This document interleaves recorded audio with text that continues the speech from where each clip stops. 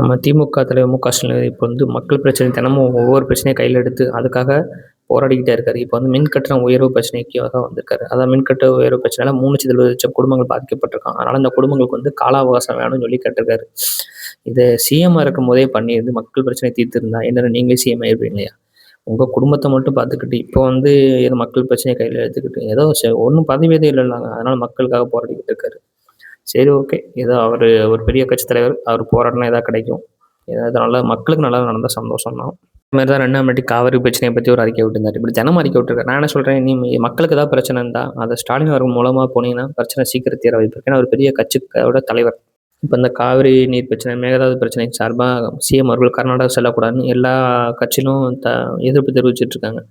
நான் என்ன சொல்றேன், அந்த அந்த சிஎம்மே அந்த நமக்கு தண்ணி கொடுக்கக்கூடாதுன்னு தான் இவ்வளோ நாள் பிளான் பண்ணிக்கிட்டு இருக்காரு. ஏன் இதுக்கப்புறம் மழை பெஞ்சா கூட வர தண்ணி நாமளே சேர்த்து வச்சுக்கிட்டு அவங்களுக்கு கொடுக்கக்கூடாங்கிற முடிவுக்காக தான் அந்த அணையை கட்ட போகிறாங்க. அப்படி இருக்கும்போது அந்த பிரச்சனை நேரில் போய் பேசினா தான் முடிவு கிடைக்கும். அங்குலம் ஆரம்பிச்சு அங்குள்ள மக்களோட இதுக்காகவும் மறுபடியும் ஆட்சியை பிடிக்கிறதுக்காங்கிற குறிக்கோள தான் அந்த மக்களுக்காக தான் செயல்படுவார். அப்போ நம்ம சிஎம் அவர்கள் நேரில் போய் பேசும்போது தான் அதுக்கு எதாவது முடிவு கிடைக்கும். இந்த பிரச்சனை வருஷம் வருஷம் வந்துகிட்டு இருக்கு. இதுக்கு ஒரு நிரந்தர முடிவுனா நேரில் போய் பேசினாலே முடிவு கிடைக்கும். அது நேரில் போய் பேசினதுக்கப்புறம் என்ன முடிவு கிடைக்குங்கிறத நம்ம பார்ப்போமே.